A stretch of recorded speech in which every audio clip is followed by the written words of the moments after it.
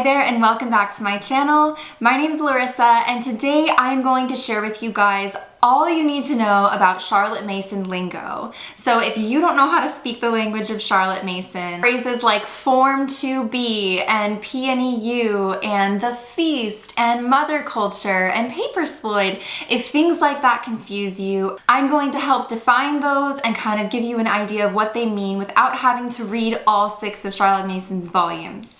And if you don't know what her volumes are, stick around. I will share all that info in this video. So when I first found Charlotte Mason, it was kind of like I was in the world of baby wearing, where I used to join Facebook groups and I would, they're called buy, sell, trade groups, but they would be, abbreviated BST, and that really means buy, sell, trade. I didn't realize that before that. And then, there's things like NWOT, new without tag. We don't know that unless we join and understand the lingo, right? It's a whole language, a whole culture of the baby wearing world and really just the buy, sell, trade world now, right? Well, I felt a lot like that when I found Charlotte Mason 4 years ago. I read all that I could about her. I devoured everything that I could find, which wasn't a lot, I will say, in the beginning. And that is why I started this channel for you guys 3 years ago, is so that you could learn more about Charlotte Mason, because I didn't have a lot of resources back then. So my goal in this channel is to be your resource. All that to say, when you first read about Charlotte Mason, you see things like the volumes or the 20 principles or the forms. You don't really understand it until you're in the world. When my friend and I were talking the other day at book club, she said, you should probably start from the beginning and just kind of define what Charlotte Mason is, who she was, and also just kind of defining the main words that you might hear in Charlotte Mason circles but may not understand them. So this is really meant to be your Charlotte Mason dictionary, and hopefully it is a helpful resource for you. We'll start with words that you probably hear most often, and then we'll work our way down to the ones that are kind of really deep into the Charlotte Mason method. I'm going to do my best to be as quick and concise as I can. So to begin, the volumes. Now, Mason's philosophy was a liberal education for all. She delivered this philosophy to parents and teachers all throughout the UK back in her time, and that was given through a series of lectures, right? But later, she turned her lectures into a book, and that is the book Home Education. So everything that she would, give through her lectures was written down and published in this book. And that is really, this is volume 1. So volume 1 is Home Education. Volume 2 is Parents and Children. Volume 3 is School Education. Volume 4 is Ourselves. Volume 5 is Formation of Character. And Volume 6 is A Philosophy of Education. And A Philosophy of Education is her 20 principles. This is all about her 20 principles. And these principles that she's talking about just guide the why of her method. So when you see the 20 principles referred to, it'll be things like education is an atmosphere, children are born persons. Everything is covered in this volume, volume 6. But her original volumes are called the Original Homeschool Series, and there are 6 of them, and that is what people are referring to when they say the volumes. And then, like I said, her 20 principles are really just what her educational philosophy is based off of. So the 20 principles are in this volume, but they're also all over the web as well. Do people say the web anymore? They do, right? I do, because I'm 30-something. It's fine. All right, moving right along. So in Charlotte Mason circles, you may see the word Ambleside, and Ambleside is just a place in England, right? But people have kind of taken it and used it for their brand. So Ambleside Online is a free curriculum that Charlotte Mason inspired or based. Ambleside is also a place. There's Ambleside schools, like physical Ambleside schools that you can send your child to in the US and abroad. So Ambleside really is just the place she lived though. So when you see that, you can know, okay, Ambleside, England. that is where Charlotte Mason started her first school for teachers. And that's our next one. It's called the PNEU. The PNEU is Parents National Educational Union.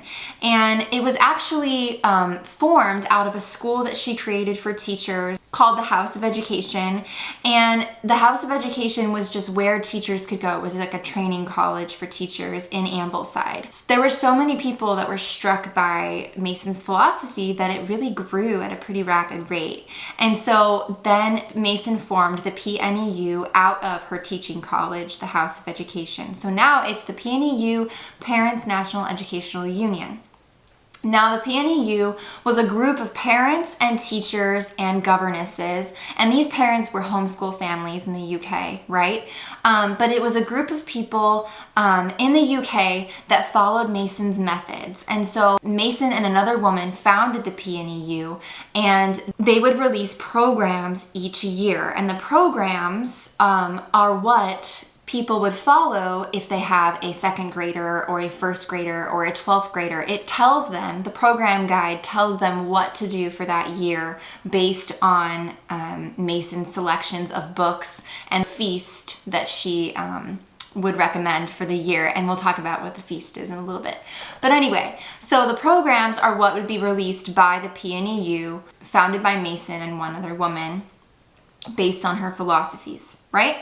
And so the PNEU had also called the PUS. That's another abbreviation you'll see often, and that is just the Parents Union Schools. It's another way of saying the PNEU. It's the same thing. I believe in the later years they changed it to the Parent Union Schools, and that's why it is different, but it's the same thing. PNEU, PUS, same thing.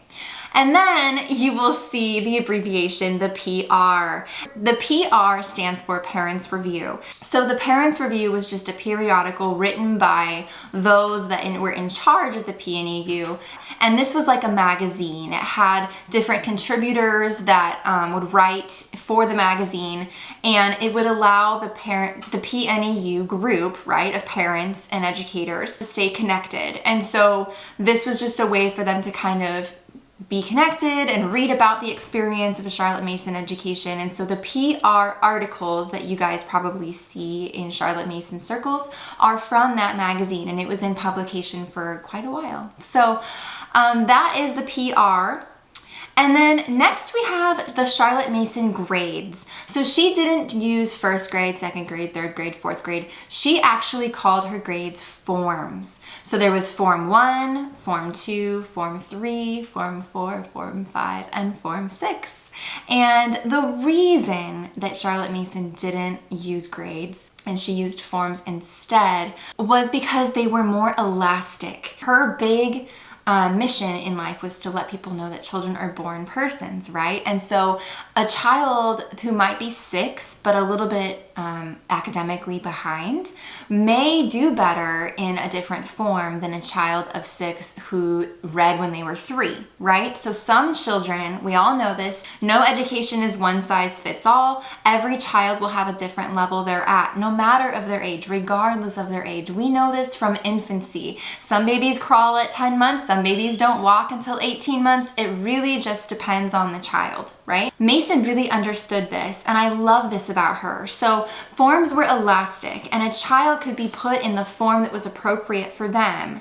It also allowed her to combine classes. So Form 1 is grades 1 through 3, and so grades 1 through 3 could all be doing something similar for some of her subjects, right?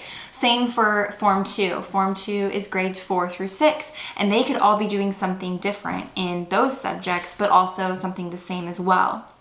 So it allowed her to kind of group together in her schools and in families as well. Lastly, the forms really allowed the children to move on when they were ready. Mason was very huge on not letting the child just move up because they turned another year older. Really, the forms were there to serve the family and the school and the child, not for us to serve the forms or the grades, right? So that is what we mean when we say Form 1. It's just which grade they're in. It gets a little more complicated, but I have another video coming on that soon. So, all right, so the early years. The early years in Charlotte Mason speak is just years 0 through 5. or I guess technically 6, right? Formal lessons don't start until age 6. So the early years is everything before those formal lessons begin. Okay, moving right along. Mother culture. So the word mother culture is such a big buzzword in Charlotte Mason circles, and I think a lot of people don't really understand what it means and use it out of context. That happens a lot in Charlotte Mason circles just because people haven't read the volumes, and I understand if you're a busy mom, you can't read the volumes. That's 6 books, like really intense books of, you know, really rich, beautiful writing, and they're wonderful. But if you got a 2-year-old running around and a newborn and you're pregnant, probably not feasible. I get it. So that's why I'm here to help you. Okay, so mother culture. Mother culture refers to the development of the mind, body, and spirit of the mother. It also relates to the mother's culture that she's cultivating in her home, right? So the culture of my home will be different than the culture of your home. Mason says education is an atmosphere, a discipline, and a life. All of these are cultivated and tended to by the mother. And so the mother is the one that is creating the culture in the home. And so there's really 2 pieces to it. It's the home piece and then really just the mother's development of mind, body, spirit. You know, mother reading, mother making sure she has time for leisure, mother making sure she's getting in her occupations as well. So it really is kind of a twofold definition, mother culture. And then next is the feast. So the feast is, it just refers to everything that Charlotte Mason would offer in her education. The program, right, that they would deliver to the parents and the teachers from the PNEU each year is the feast. I think of the feast as like, okay, a Thanksgiving dinner. You've got the turkey and the stuffing and the potatoes and the salad and the veggies and the pumpkin pie. You've got everything. It's a rich feast. And in my mind, I kind of think like well balanced, right? And so with education, Charlotte Mason is offering students a feast of reading, writing, arithmetic, but also Bible lessons, natural history lessons, nature lore, geography, different forms of geography, history, poetry, artist study, studying famous composers. That's not a composer, that's artist study. And really just a full, well-rounded feast. That is what we mean when we say the feast. Our job as the mother and the teacher is to lay the feast, right? But the child's job is to do what he can to take it in. So it may not be the way that we expect them to. They may not take it in right away. It may take a few years, all of Form 1, but it's our job to lay the feast and let our child do what they will with it. So, all right, next we have living books. So living books are the hallmark of a Charlotte Mason education. What makes a book living book? Think textbook, but then like the opposite, right? So a textbook is going to be dry, rote facts, but a living book is going to have a rich, beautiful narrative. I think of history. History books are such a good example of living books. So you can learn about the life of George Washington through the eyes of George Washington himself, or maybe through the eyes of his neighbor, and really identify with the character that is speaking about the person or the event versus just reading about the dates and the thing that happened. It's a lot less exciting, and it really entices the reader. A living book entices the reader to keep reading and to keep learning about that topic. So Charlotte Mason says about living books, a child's intercourse must always be with good books, the best we can find. We must put into their hands the sources which we must use for ourselves, the best books of the best writers. For the mind can deal with only one kind of food. It lives, grows, and is nourished upon ideas only.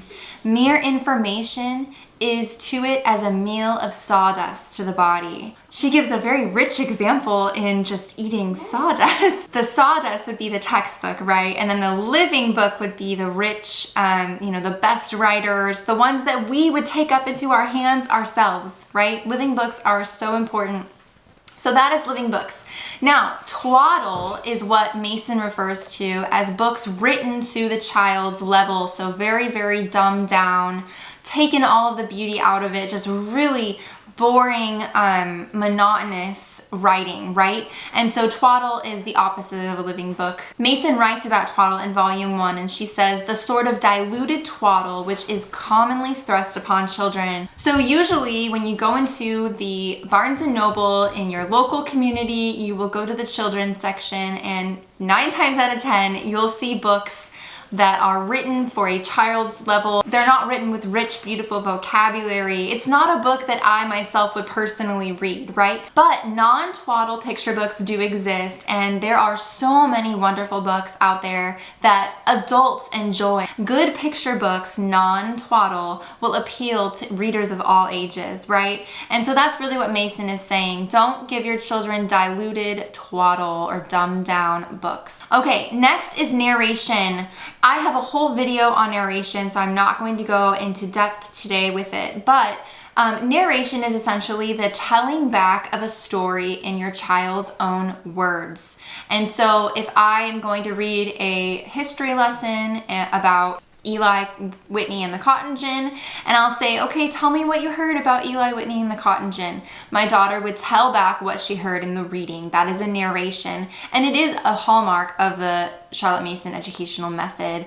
It really allows the reader to identify with the material, and those living books that we're reading to them, the non-twaddle books, it is giving them an opportunity to connect with and form opinions about what they're reading. And the narration really forces them to kind of go take that thinking to the next level and tell it back to us. A really wonderful book I've read on narration is called Know and Tell by Karen Glass. So I'm gonna link that in the description for you guys. Next is habit training. It's a very overused word, but I will say it's a very good place for a mom to start if you're not familiar with Charlotte Mason. Mason refers to habit training mostly in home education, volume 1. This is written for children ages 0 to 6. It is a wonderful, wonderful resource. Habit training is a great thing to focus on if you aren't in formal lessons yet.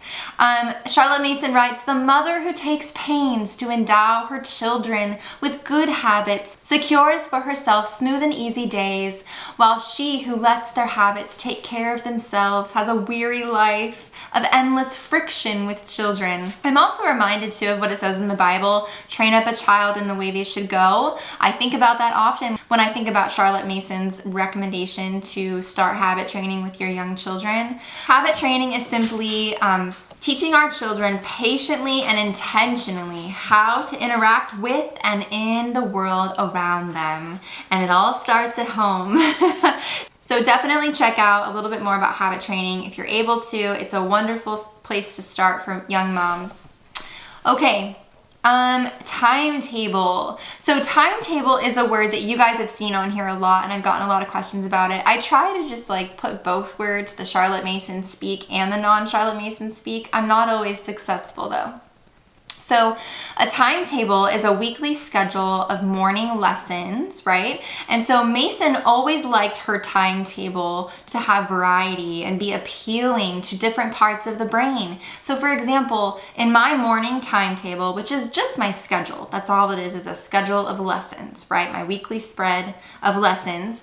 And she loved the timetable to have variety. So I would maybe have a Bible lesson in the morning, and then do arithmetic, and then maybe we would do drill, and then maybe move on to American history, and then handicrafts. So we're appealing to different parts of the brain and keeping the timetable exciting and upbeat, and really making sure that our lessons are no more than 20 minutes, depending on how your child's age. My daughter's only 7, so 20 minutes is our max for lessons. Some of our lessons are only 10 minutes.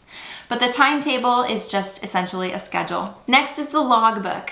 A mother's logbook is just a mother's way of record keeping, and I use it to inform my lessons for the following week, and it's a great way to plan my lessons out, and I also use it as a reflection tool. So wonderful way to document. I highly recommend a mother's logbook.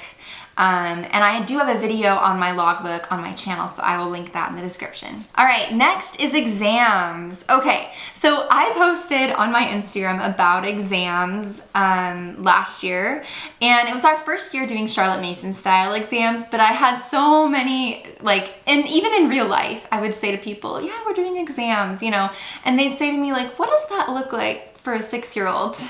And I kind of had to say, like, it's exams, but it's not really exams. You don't understand. And so here I'm going to just explain to you what a Charlotte Mason exam is and why it's way different than those exams you took in college and had to cram for. A Charlotte Mason exam was just something they did at the end of the term to reveal what knowledge or what thoughts your child has after they've learned that material, right? It's just a revealing of it. It's not multiple choice. It's nothing you have to cram for. Instead, it's just the child telling you about their experience. So an exam question in a Charlotte Mason school or on a program or even in our school, in our homeschool today, is something like, what have you noticed about? Or tell me about ... and then I would add in the subject.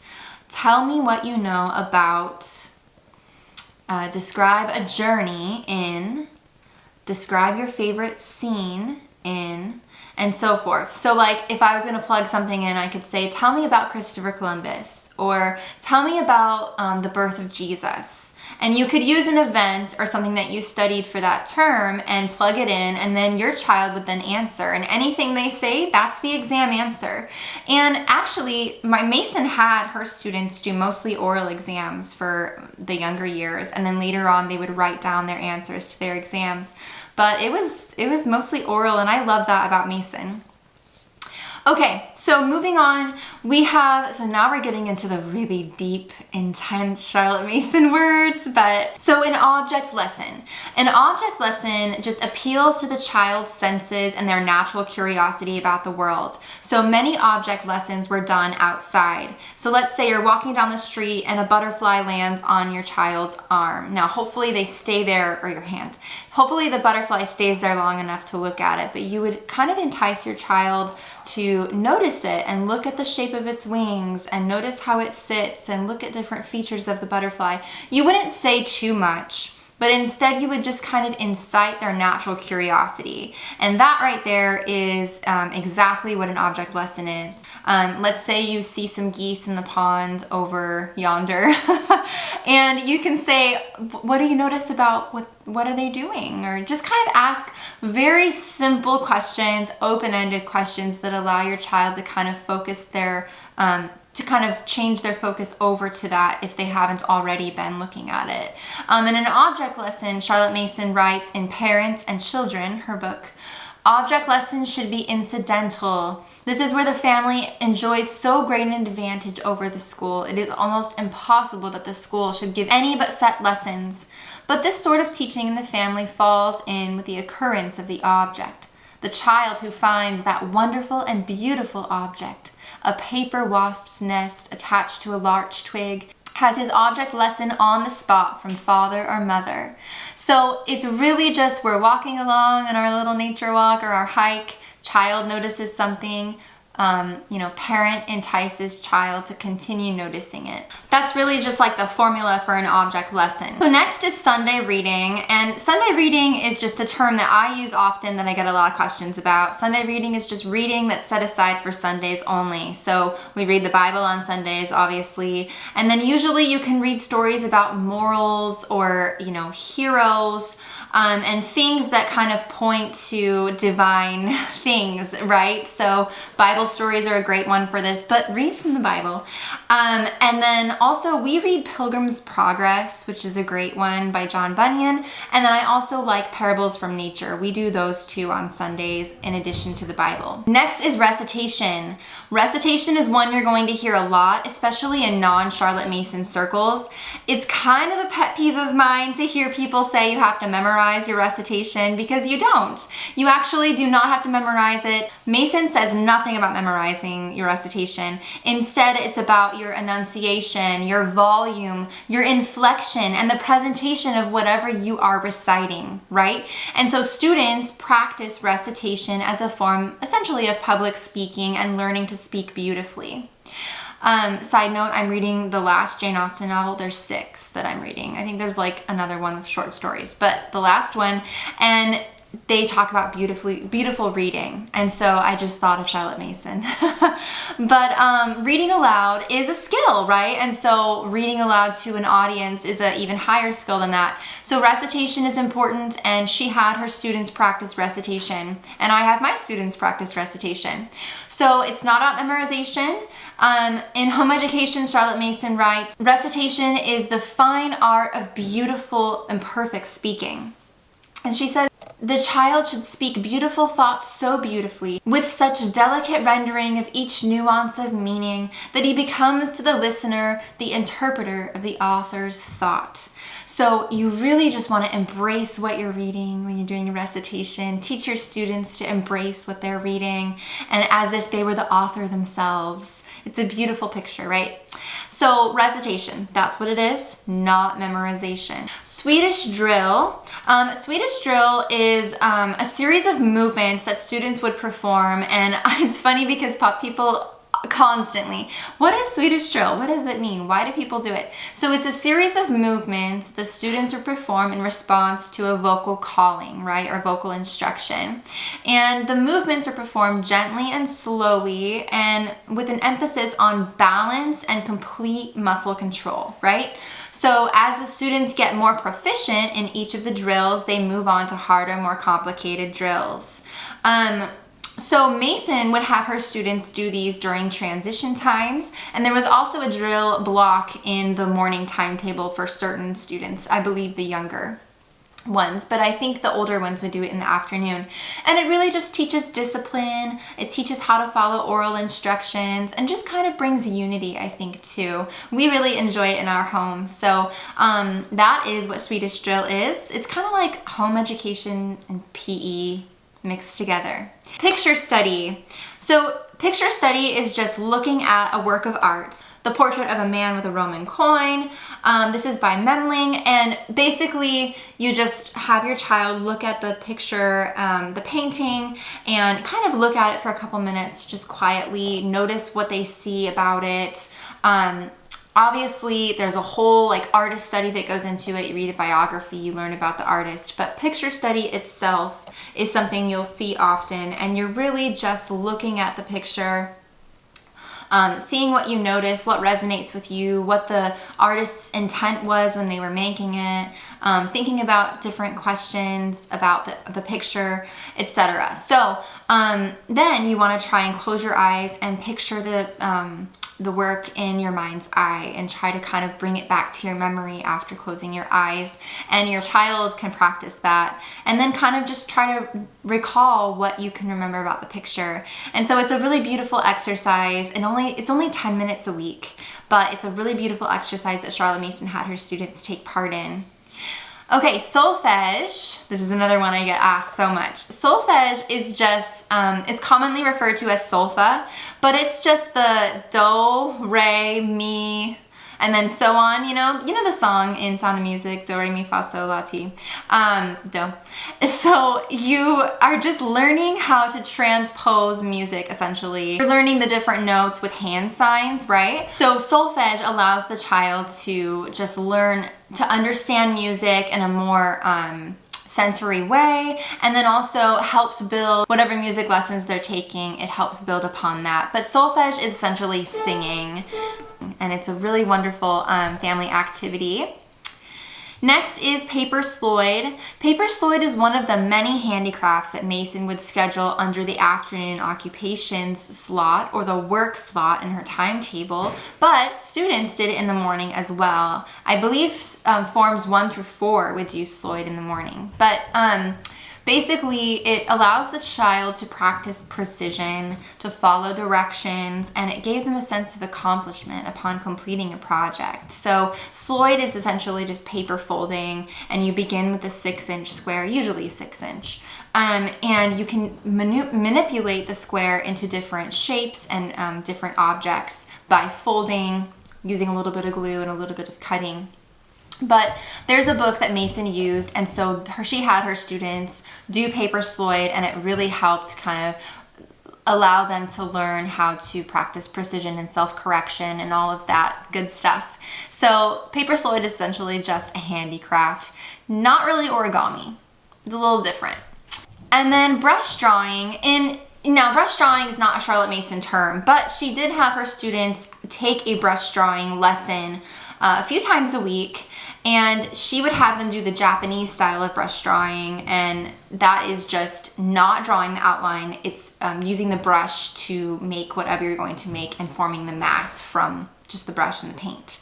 So brush drawing, when we talk about that in Charlotte Mason circles, that is what we are referring to. All right, lastly, we have afternoon occupations. This is one that I use often, and it's just occupations, just work.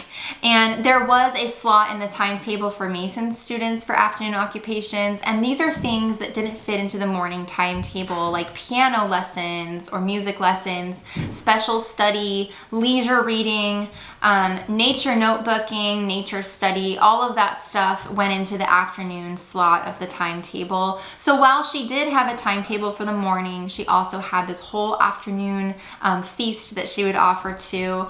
And you know, Mason did have her students study 6 days a week. So we only do 4 days a week, but you know, education's a life, right? It's all the time, we're always learning.